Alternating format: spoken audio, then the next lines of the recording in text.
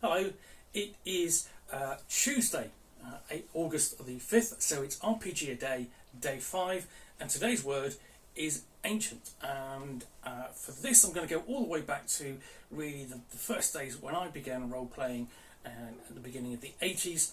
And thinking about it, the first 3 years, or 3 or 4 years in which I was gaming with players of my own age. And it was only when I moved to another town and joined another school, and they all said they were going to a role-playing club that was out in the wilds of Dorset, in particular Wimborne St Giles, or the group that became known as Have Dice Will Travel, that I first began playing with adult players. So that was our sort of like 16, 17, actually playing with sort of like 30-year-olds. And you imagine you've got these 30-year-olds having to put up with a bunch of teenagers turning up to play as sort of like as the new influx of role players.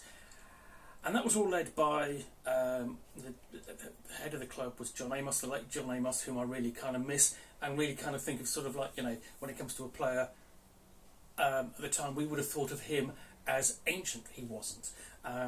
But, you know, him teaching us how to play better, and hopefully him sort of learning from us how we played, and him actually hopefully becoming a better game master, because as I remember, he would literally read out the stats to us with every encounter, which was kind of giving the game away, but he was still a good game master, and he still ran a good club, lots of good games, and that's when I first supposedly encountered what I would regard as ancient players back in the day.